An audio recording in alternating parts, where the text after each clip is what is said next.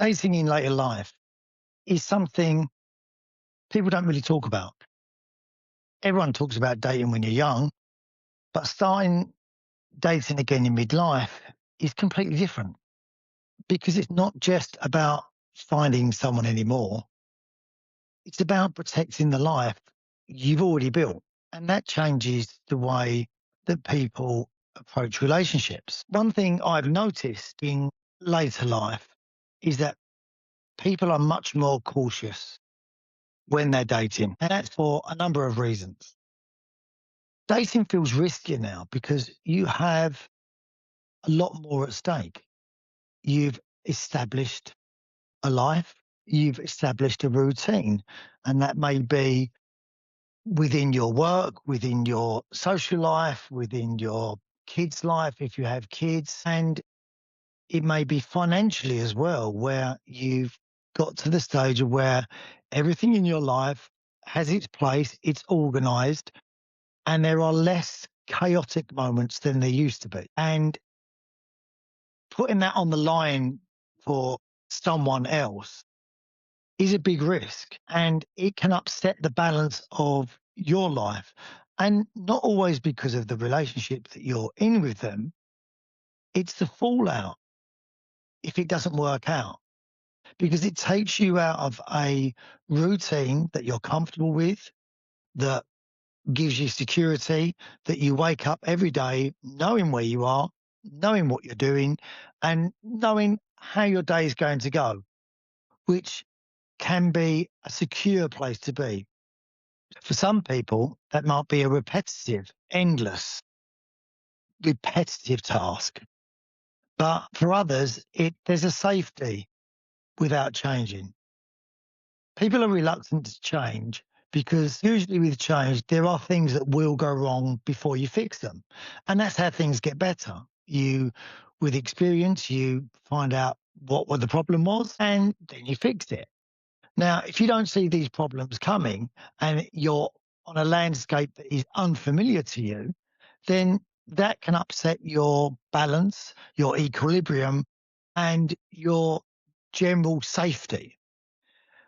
Now, to risk that all for someone is a big thing to do.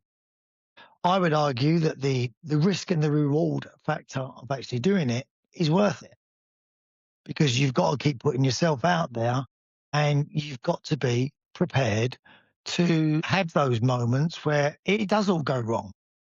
But here's the thing. I think if you're happy in your life and you're happy with being single, and you keep that. You don't have to give up everything when you start dating. It can just be something that you do maybe once a week to begin with. And if that goes well, maybe twice a week. But if you always keep your safe place there, as it were, your life that don't let that go. I think some people are far too quick to throw everything in without really knowing what is at the end of it and where that could go because it takes a long time to get to know someone. It takes a long time and it takes time for people to let their guard down because when you only see the best of people, you can create an image in your head that is not representative of them and vice versa. They might get an image of you that's really not you, but you're just on your best behavior at the time. And you're in small moments rather than long moments where, your true character may be not coming out and you don't find out whether you're compatible with the other person. So it is a slow process. And I think we're far too quick to jump into things that we don't need to and give up our calm and our peace that we have. And it's very important to protect that peace. So you've always got that there to go back to. And the more you know and you are with that, the easier that becomes to actually get back to it. And the easier it becomes to not be dismissive of relationships that don't work out, but think, okay, that was good, but it's over. I've got my life. I carry on with my life. I was fine before this started, and I'll be fine after it started because I've got everything that I need. I've got my social circle, I've got my family, I've got my friends, I've got my house, I've got my job, and everything's okay. I think if you're looking for answers to all of those things and for someone else to provide it, then that's unnecessary pressure that you're placing upon that particular relationship in the first place. And then that becomes harder. So, coming from a place of independence and from strength in yourself, I think gives you a really strong platform to start dating again and be comfortable with the risk of this may not work out, but I'm going to get to know someone else. And who knows, it may go somewhere, it may not. And when your life becomes peaceful, you become very careful about who you let into it. So it should be a gradual turning of the tap, not like a full on, let's just twist it around and let it all go in. And I think I did that a lot myself. I was very heart on my sleeve, all in, chips all in, let's go. And I did that a few times, and probably to the detriment of the relationship and to myself, actually, and obviously to the other person, because it doesn't make that fair either. That you're pouring everything in, and I think people would probably maybe call it love bombing or whatever word they want to use now. But as I said before, I don't think it's ever intentional. I think sometimes you get overexcited because of the prospect of finding something that you think you've wanted for so long, and you're so eager to have it that you're grabbing at things that aren't there. And the dating apps do this as well. You know, they provide you with a little insight into what the perfect person is because it's their best picture. You know, they're not writing all their worst habits down on a piece of paper for you. You've got to find those out. But they're definitely writing the best parts of them, which we're all going to do. You know, on dating apps, you're selling yourself and you have to put yourself forward as best as you can. And I think we all think that we are that person anyway. So why wouldn't we do that? I think finding peace on your own is extremely important for you to move forward anyway. Unsure about being on their own themselves, about spending that time, as we constantly say, in your own head, where you can be comfortable. And that's really important, is to be at home on your own and just be comfortable, be happy, and think, no, this is good. It's a Saturday night. You know, everyone else is out probably and doing things, or at least in your FOMO head, as we all have.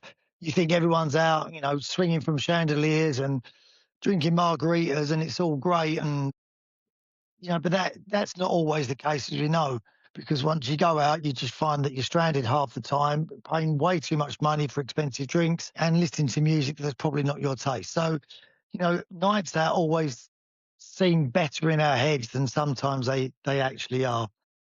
But giving all of your piece up is a gamble that for the individual and for lots of you, I know you're not willing to take anymore, because you're so comfortable in a good way that you're thinking, right, I'm done with this. I'm done with dating. It was a waste of time. Why do I want to go out and put myself out there for someone to break my heart, for someone to lie to me, for someone to cheat on me, for all those things that may be our fears that we carry from other relationships? And that's the question, isn't it? Why do we do it? And the risk never changes. So that risk was always there when we was younger. So what's changed? Time, obviously. We're older and we feel that those sands of time are going through the hourglass quicker and quicker every time we look. And we don't want to waste 1 or 2 years with someone that's not going to work out, because they're 1 or 2 years that we can put into something else, or that energy we can place somewhere else or with someone else. I think it's a lot more common now for women, especially, to be extremely happy on their own and not compromise the peace and the calm that they've made for themselves for the chance of love, for the chance of someone asking about how you're doing, for the chance of someone there in the morning, or someone that calls you in the morning just to see how you are, or someone there where you come home at night, or someone that when you've had a really bad day, you can moan at too. And they're not going to judge you and they're going to listen. And that's what you're gambling. And if it feels like it is a gamble, it's harder and harder to do. It really is. I think if you're in a place of where you're comfortable with the risk, then it's easier because you don't see it as a risk because you think if that doesn't work out, I'll go back to what I had. And I was fine before. So if I was fine before, if this doesn't go my way, I'm going to be fine again. And I think that's the strength of being single, that you know that you'll be okay. Yes, it might be painful for a couple of weeks, but you also, as I've found, you get a lot better at managing that as well. You get a lot better at getting over that and getting through that. For me, it was just a realization of I'm not for them. They don't choose me. And you want someone that chooses you.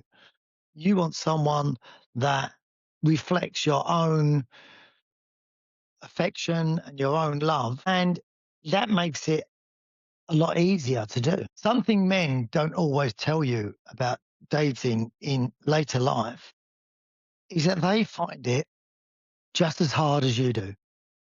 And they want to meet someone just as much as you do. And I think for men, having someone in their life is representative of them as well. And I think women are a lot better at this. I think if women are single, they're quite happy to be single. Where if guys are single, you're always looked at as a bit like, well, why can't you get a girlfriend? Why can't you get someone? I think for a lot of men, women validate them.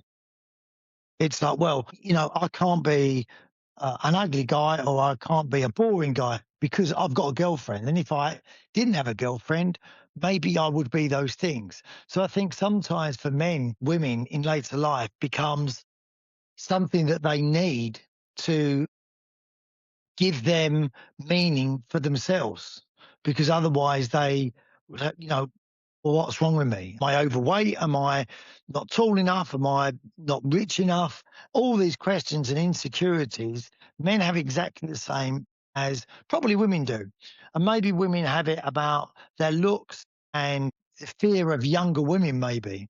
These are lots of things that keep coming up that, why do older men always go for younger women? Why are younger women always going for older men is another question, because that happens a lot. Maybe it's security. It always takes two to tango. So these guys aren't getting these girls out of hypnotism. They're doing it because both parties that are giving each other something that they want, and if it works, then why wouldn't they? And I think that lots of guys like someone on their arm that gives them confidence. And not because of them a lot of the time. I think because they have never got rid of that idea at school of, when you grow up, I'm going to have a beautiful wife. My wife is going to be stunning. I'm going to walk into a room and everyone's head's going to turn. Everyone's going to be wanting the person that I'm with. And because they want her, they're going to look at me and I'm the one that's got her. So I must have something about me that's really great because I've got something really great. And as a male, you always grow up with that. And I don't know really where it comes from.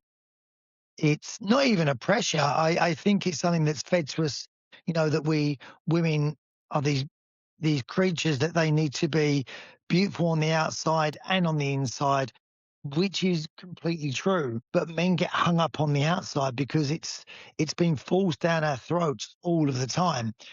And attraction's a massive thing for guys. Guys have to be attracted to women. They it's very seldom. I've experienced it once before where I had a relationship with someone that when I first met, I wasn't attracted to at all. I thought they were lovely. I thought they were really funny, and I got on really well with them. And it wasn't until I got to know them, because we were friends first, that I actually then uh, developed feelings for them that were, deeper than on a friendship level. It went into more of a relationship. Now, that's only happened once because I actually got to know that person. I think the other place that this happens a lot is in the workplace. And I think that's why there's so many relationships at work, because you get to know people over the period of time where maybe you meet them and you don't think anything of it other than they're a work colleague. But after time and spending time with them, you find yourself becoming more attracted to their inner beauty, which makes them much more attractive to you on the outside than when you first met them. And then you start to see a different side to them. And it's exactly the same as, sometimes you can meet a beautiful looking person and you think, God, that's stunning. They're so beautiful. He's so gorgeous and she's so lovely. And then after spending sort of a couple of weeks with them, you realise there's a lot of faults in their personality, and they're not very nice. And then those looks suddenly fade because they're not maintained through your eyes, because you're now seeing something different, and that ugliness that you see inside of them now starts to transpire on the outside of them. So it becomes very difficult to have these relationships on a dating scene, because you're only in brief moments. You don't start seeing someone for that long, especially on dating apps. And when you date, it's like for both parties, you're spending a couple of hours together. And then after that couple of hours, you're not thinking, do you know what? I just want to be friends. But who knows? It might go somewhere. So you think, I'm not attracted to them, so I'm not feeling that there's any attraction for me. They seem like a nice person. So guys, especially, they won't go again. And I think girls that I've met through dates as well have the same outlook. If they're not attracted to the person, they they're very doubtful that they'll go back to that again. They won't want to. They'll want to then find someone else that they are initially attracted to. So there's lots of ups and downs when we're dating, especially in midlife, and people's circumstances are very different. Some are divorced, some are still married, some are single, some have got kids, some have got young kids, some have got older kids, some have got their own house, some it's complicated, some are, figuring things out. And we're all at these different places that when we're in our 20s, we're roughly all on the start line, more or less, give or take the odd exception, but we're all coming from the same place. In our 30s and 40s, it's like a 100-meter race that's everyone's going in different directions, and you can't tell who's at the front and who's at the back and who's nearly finished and who's just started. And it's meeting someone during that chaotic frenzy that matches up with you somehow. So that's why it becomes so much more difficult. Independence changes the way people date, because they are always in the back of their mind thinking, is this worth what I've got to give up? So they're either going to be completely swept off their feet by it and go, I think it is. But if there's two or three areas or flags that maybe pop up, that will be enough sometimes to make the person go, no, I'm not putting up with this. I've seen this before. I've experienced this before. I'm not willing to put up with this. So experience is something that we learn from, but it also at times can maybe cloud our judgment slightly, because maybe and I was told that I never gave people enough time. I made decisions too quickly.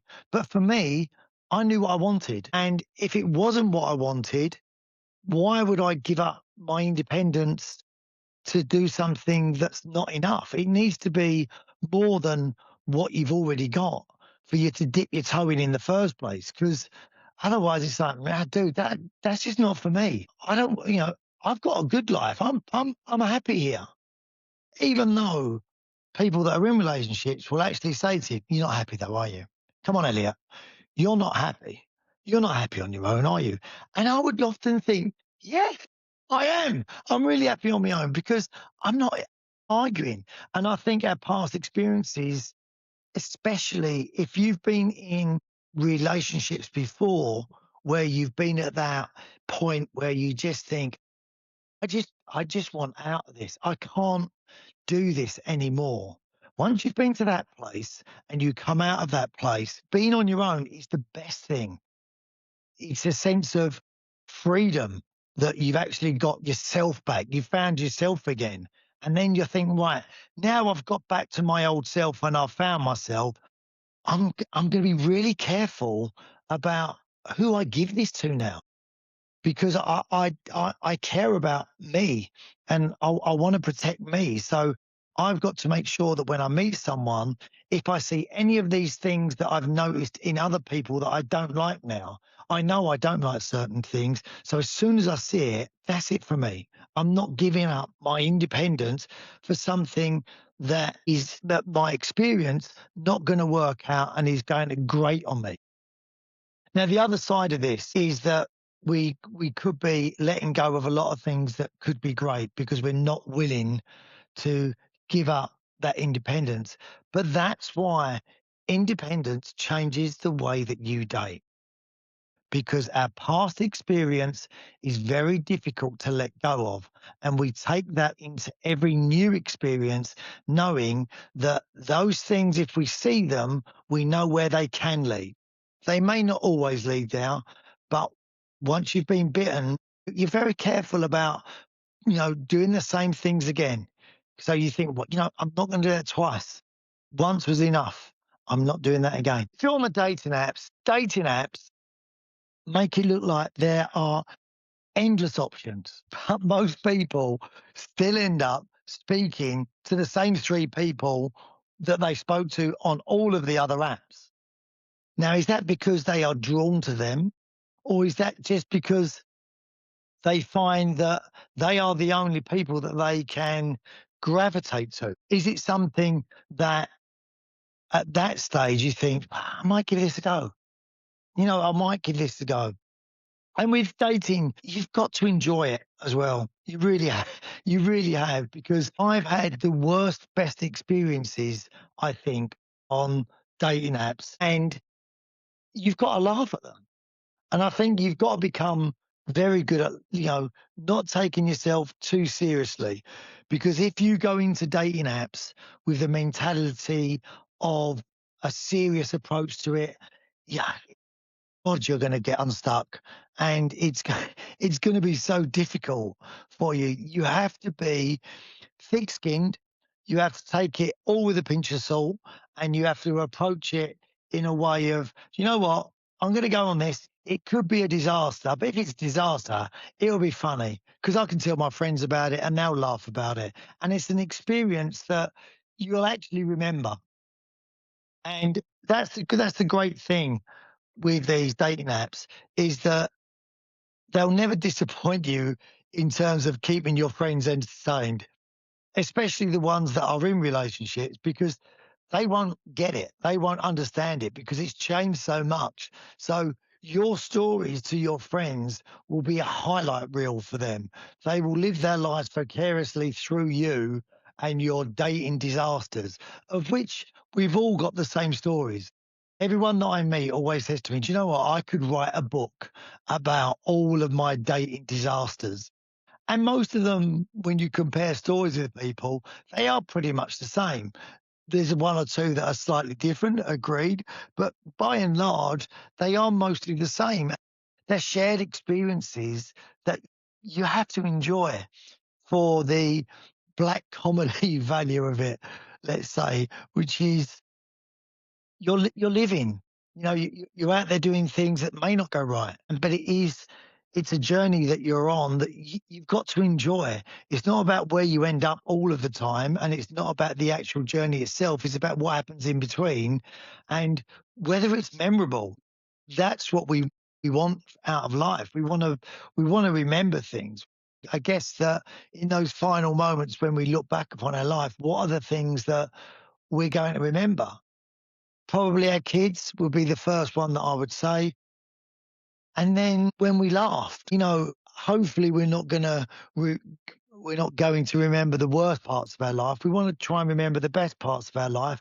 They could come from the worst moments. Who knows? Going on a TV dating show taught me something really interesting about relationships, that people behave differently when they know they're being watched. And moments that you spend with people are precisely that. They're just moments. They're not a look into the whole person, and they're people's best moments. And that's not intentional. We all do it. We all show our best selves. It's sometimes not until you spend time with a person that you really start to understand whether you're compatible and whether it's going to work out, or whether, this could be a complete bloody disaster. This is not going to work at all. Those things are relevant to dating online as well, because you're only seeing moments of people, little flashes. One thing producers told us about dating behavior on the show was that it's something that can be predicted and controlled within the right environment. And it's very easy to recreate that excitement and that anticipation within a setting to be entertaining to watch. That's why we watch dating shows. We love watching dating shows because they give us an insight into what we think relationships are like. But there's some very interesting things that they don't tell you on these TV shows. I think the thing that surprised me most about dating on television was the idea of expectation versus reality, of what your expectations may think something is going to look like compared to the reality of when all the smoke and mirrors are taken away and you're just left to life. It's very different. In the right circumstances, everything can seem great. A bit like a holiday romance. When you go on a holiday when you're younger and when you're older, meeting a person on holiday can seem like the most idyllic thing. They're perfect. We get on great. Everything is really great about this relationship. We had such a blast. We was out every night. We were laughing. We were joking. It was romantic. It was everything that you wanted. And that's because the pressures of life have been taken away from it. So you're not thinking about work because you haven't got work in the morning. So you're more relaxed. You're probably a truer version of yourself. And it's very interesting to think, if we were all the truer versions of ourselves, that we might be with different people. But it's coping with the pressures of normal life that we have to go through to provide what we need to provide for families or ourselves, a day-to-day work and the stress of it, and the chores that we have to do, the shopping, the cleaning, whatever it may be, and then fit someone in around that. We become a different person because we're not as relaxed as we were. So our holiday selves and our at-home selves can be miles apart from people. And our holiday self could meet someone on holiday and it could be the best time ever. Our home self could meet that same person back at home and it could be an absolute disaster because your lives don't go together, your morals don't go together. They weren't a problem when you was away because you didn't have to think about them. It was relaxed. All there was to think about is what you're going to have for breakfast, where you're going to go that day, what you're going to do that night. That was it. Everything else was taken care of for you. That's why it's called a holiday. It's a holiday from your normal self. And it's interesting to think that maybe our holiday selves could have completely different relationships in a different life. And that's what being on a TV dating show is like. It's like your holiday self. It's the best version. It's not your at home self. So if you're thinking about dating again, my advice would be to make sure that you know that you can comfortably get back to your independent, peaceful life when you need to. So you don't need to jump into anything. You can experiment. You can take one day, a month, and go on a date. What's the worst that could happen? It could be a disaster, yes, but it could just be a disaster in a coffee shop for an hour. You know, I have disasters in coffee shops for an hour when I actually go in for a coffee because they take 5 hours to make it. So, what's the worst that could happen if you're in control of it? If you're the person that's just created that peaceful life for yourself and you're just getting used to it, maybe it's not the right time for you. Maybe now's the time to spend time on yourself, making sure that that life is established, that you can just step back into it, step away from it, step back into it again.